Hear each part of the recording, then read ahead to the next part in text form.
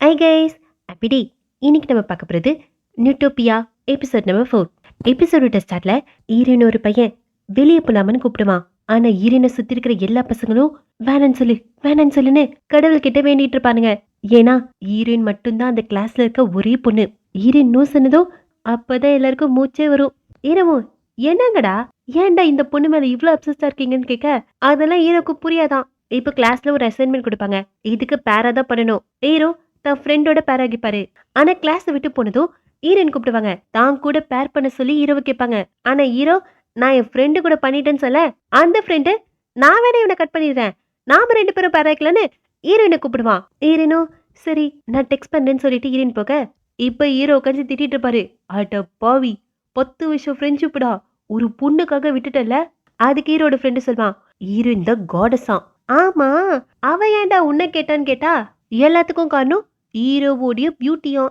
அப்படிலாம் இல்லையேன்னு ஃப்ரெண்டு சொல்ல ஆனா ஹீரோ கண்ணுக்கு ஹீரோயின் அழகா தெரியலையா. 2 பேரும் சண்டை போட்டுப்பாங்க. அப்ப பின்னாடி இருந்து ஹீரோயின் இருந்திருப்பாங்க. மெக்கானிக்கல் டிபார்ட்மெண்ட்னா பசங்களுக்கு மட்டும்தான் சொன்னமா, ஹீரோனுக்கு அந்த ரூம் சொந்தம் தான். பின்னாடி பேசாதீங்கடான்னு ஹீரோயின் திட்டிட்டு போக எல்லாத்தையும் கேட்டுட்டாலன்னு ஹீரோக்கு கொஞ்சம் எம்பாரசிங்கா இருக்கும். இப்போ ஒரு ஐஸ்கிரீம் பார்லர்ல ஹீரோ வேலைக்கு சேருவாரு. அங்க ஹீரோவை ட்ரெயின் பண்ண போறது ஹீரோயின். ஹீரோயினை பார்த்தவொடனே ஹீரோக்கு தோன்ற விஷயம் என்னெல்லாம் பண்ண போறாளுன்னு தான். இப்ப ஹீரோயின் பஸ் ஸ்டாப்ல தன்னோட ஃப்ரெண்டு கிட்ட பேசிட்டு இருப்பாங்க. நான் அழகா இல்லையா, நான் அசிங்கமா இருக்கனா, அந்த தவளை குட்டி மண்டைய இப்படிலாம் சொல்றான். இன்னில இருந்து தான் அவனுக்கு ரிவெஞ்ச் ஸ்டார்ட். இப்படி ஹீரோயின் சொல்லிட்டு இருக்கும்போதே பின்னாடி யாரும் நிக்கிற மாதிரி இருக்கும். பார்த்தா ஹீரோ அவரு எல்லாத்தையும் கேட்டாரு. ஹீரோயினை முறைச்சிட்டு பஸ்ல ஏறி போவாரு. இப்படி எளியும் புனையா இருக்கவங்க ஒண்ணு சேர்றதுக்கான காரணமே தோ இந்த கஸ்டமர் தான். இவன் ஐஸ்கிரீம் வாங்கிட்டு போயிட்டான். 3 மணி நேரத்துல இந்த ஐஸ்கிரீமை சாப்பிடணும். ஆனா இவன் 7 மணி நேரமா அந்த ஐஸ்கிரீமை சாப்பிடவே இல்ல. ஐஸ்கிரீம் உருகிடுச்சு. இவன் மேல தப்பு வச்சுட்டு நீங்க தான் கரெக்டா பேக் பண்ணல, எனக்கு ரீஃபண்ட் பண்ணுங்கன்னு சண்டை போடுவான். ஹீரோயின் முடியாதுன்னு சொன்னா கோவத்துல அந்த ஐஸ்கிரீமை எடுத்து தூக்கி போடுவான். ஹீரோ தான் ஹீரோனை இழுத்து காப்பாத்துவாரு. இந்த கஸ்டமர் பேசினதுல வீடியோ எடுத்துப்பாரு. பிரைவேட் ப்ராப்பர்ட்டியை டேமேஜ் பண்ணது, அசால்ட் பண்ணது, டிஃபேமேஷன் பண்ணதுன்னு ஏகப்பட்ட சார்ஜஸ் போடலாம். இதெல்லாம் ஹீரோ சொன்னோடனே அந்த கஸ்டமர் பயந்து போயிடுவாரு. ப்ராப்ளம் சால்வ் ஆயிடுச்சு. ஹீரோ இவ்வளோ ஹெல்ப் பண்ணியிருக்காரு, அதனால ஹீரோயின் தேங்க்ஸ் சொல்வாங்க. அப்படிதான் இவங்க ஃப்ரெண்ட்ஷிப் வந்து ஸ்டார்ட் ஆகும். 2 பேரும் ஒருத்தர் சாரி சொல்லிப்பாங்க. அப்பல இருந்து தான் ஹீரோ மேல ஹீரோயினுக்கு லைட்டா ஃபீலிங்ஸ் எட்டி பார்க்கும். அந்த ஃபீலிங்ஸ் கொஞ்சம் கொஞ்சமா இன்க்ரீஸ் ஆகிட்டே இருக்கும். ஹீரோவை எப்பெல்லாம் ஹீரோயின் பாக்குறாங்களோ உள்ளுக்குள்ள பட்டாம்பூச்சி பறக்கும். ஹீரோக்கு ஒன்றும் பறக்கல, ஆனா ஹீரோனுக்கு தான் ரொம்ப அதிகமா பறக்குது. ஹீரோயின் ஹீரோக்காக ஒரு கிறிஸ்மஸ் கிஃப்ட் தருவாங்க, ஒரு ஸ்கார்ஃப். ஆனா ஹீரோ எனக்குலாம் கோல்டு பிடிக்காது, எனக்கு வேணான்னு சொல்லிடுவாரு. இதெல்லாம் அங்க இருக்கிற ஒர்க்கர்ஸ்லாம் பார்த்துட்டு தான் இருப்பாங்க. ஹீரோனே தனியா போயிட்டு டேய் நான் உனக்கு ஏன் கொடுக்குறேன்னு புரியலையா, இது நானே செஞ்ச ஸ்கார்ஃப், நான் உன்னை அவுட்டிங்க கூப்பிடுறேன்னு சொன்னா ஹீரோ நான் டேட்டிங்லாம் பண்ண முடியாதுன்னு சொல்லிடுவாரு. ரிஜெக்ட் பண்ணிடுவாரு. சரி ஓகேன்னு ஹீரோனும் போய் வேலையை பார்ப்பாங்க. ஹீரோவும் வெளியே வந்து பார்ப்பாரு. ஹீரோயின் நல்லா தான் இருப்பாங்க. அதுக்கப்புறம் ஹீரோ கண்ணாடி கிளீன் பண்ண போவாரு.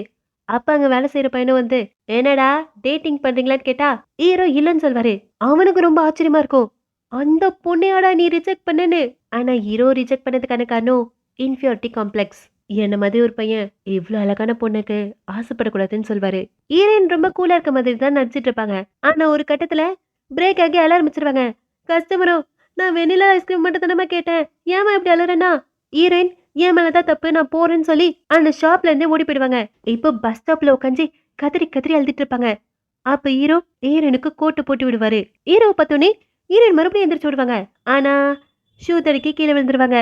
இந்த லேஸ் எப்ப பாரு இப்படிதான் கலந்துக்குதுன்னு அந்த லேஸ பார்த்தால ஹீரோ இது என்கிட்ட கேட்டிருக்கலாம்ல, இது கட்டுறதுக்கு ஒரு ட்ரிக் இருக்குன்னு ஹீரோனுக்கு கத்து கொடுத்துட்டே கட்டிட்டு இருப்பாரு. அப்ப ஹீரோனும் உன் கண்ணுக்கு நான் அசிங்கமாவா தெரியுறேன்னு கேட்க ஹீரோ இல்லைன்னு சொல்வாரு. இப்ப பிரசன்ட்ல ஹீரோயின் ஷூலேஸ் கட்டும் போது அந்த ஞாபகம் வரும். அப்படி இந்த சீன் கட்டாக இன்னொரு பக்கம் சீஃப் எல்லாம் முடிஞ்சிச்சாடான்னு இன்வோ கிட்ட கேட்டா இல்லன்னு அவன் அடிப்பட்ட சோல்ஜரை பாப்பா. அவரு ஜோம்பிய கிளம்பி நிக்கிறாரு. ஆனா இன்னும்தான் சுடு தண்ணிய மேல ஊத்தி அந்த பேனை வச்சு ஜோம்பி கிட்ட இருந்து எல்லாரையும் காப்பாத்துவான். ஆனா அந்த ஜோம்பி அவனே கடிக்க போகும். சீஃப்ல பயத்துல கீழே வந்துட்டாரு. ஸ்குவாட் கமாண்டரு ஷூட் பண்ண சொன்னா ஷாக்ல வெயிட்டிங் பார்த்துட்டு இருக்காரு. ஹீரோவா மாறி நான் சுடுறேன்னு நிக்க இப்ப எய்ம் பண்ணி சாரி கேப்பாரு. ஒரு ஷூட்டிங் சத்தம் கேட்கும். ஆனா சுட்டது ஹீரோ இல்ல, யூனா. அவதான் இன்னோவ காப்பாத்திட்டா. ஆனா சீஃப் அவளை பிடிச்சி திட்டிட்டு இருப்பாரு, சிவிலியன்ஸ்ல இந்த மாதிரி கண்ணை யூஸ் பண்ணக்கூடாதுன்னு. அப்போ யூனாவையும் ஒருத்தர் சைட் அடிச்சிட்டு இருப்பானே அந்த ரோமியோ வந்து சப்போர்ட் பண்ணுவான். சரி எல்லாரும் போங்க வேலையை பாருங்கன்னு சீஃபும் விட்டுருவாரு. இங்க ஹீரோயின் அவங்க போற இடத்துல ஒரு குடிகார பையனை பார்ப்பாங்க. அவன் வாமிட் எடுத்துட்டு இருப்பான். ஹெல்ப் பண்ணலான்னு கிட்ட போனா அவன் கால்ல ஒரு கடி இருக்கும். ஜோம்பி தான் கடிச்சிருச்சு. இந்த சீனியரு கொலை பண்ணிடலான்வா. அதுக்கு அந்த பையனும் எனக்கு ஹெல்ப் பண்ணா ஹெல்ப் பண்ணுங்க, இல்லைன்னா போங்கடான்னு சொல்ல, சரி போறோன்ட்டு இவங்களும் போக அவன் அழ ஆரம்பிச்சிருவான். என்னை இப்படியா விட்டுட்டு போவீங்க, எனக்கு ஹெல்ப் பண்ணுங்கன்னு. சரி வா எல்லாரும் கூட்டிட்டு போவாங்க. அவன் ஒரு ஸ்டூடெண்ட் தான், அதனாலதான் ஹீரோயின் பாவம் பார்த்து கூட்டிட்டு போவாங்க. ஆனா அந்த லூசு போனை சுவிட்ச் ஆஃப் பண்ணல. அவனோட செல்போனுக்கு கால் வந்துரும். அட பாவி ஆன்லைனா வச்சிருக்கேன்னு ஆலெக்ஸ் சீனியரும் அவன் போனை தேடி ஆஃப் பண்ண அந்த சத்தத்தை கேட்டு ஏகப்பட்ட ஜோம்பிஸ் வந்துரும். இப்ப எல்லாரும் ஒரு ரெஸ்டாரண்ட்ல போயிட்டு ஒளிஞ்சிட்டு இருப்பாங்க. அந்த ஸ்டூடெண்ட்டை நல்லா கட்டி வச்சிருப்பாங்க. இருந்தாலும் ஜோம்பி ஆக்கிறதுக்கு நிறைய சான்சஸ் இருக்கு. அதனால அந்த சீனியரு போட்டு தள்ளிலான்னு பிளான் பண்ணிட்டு இருப்பான். ஆனா ஹீரோனுக்கு மனசு வரல. ஏன்னா அவன் மாறவே இல்ல. இப்ப அவனை கொலை பண்றது தப்பு தானே. அவனா சரியான குடிக்காரனா இருப்பான் போல.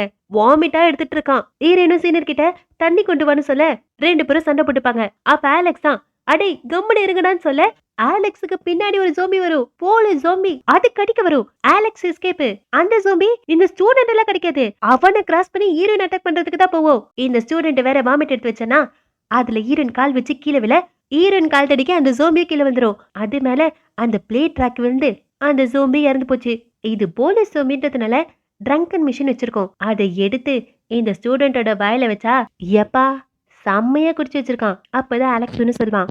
அந்த ஜோம்பி இந்த ஸ்டூடெண்ட்டை எதுவுமே பண்ணல. இதுக்கு 2 விஷயம் தான் காரணமா இருக்கும்.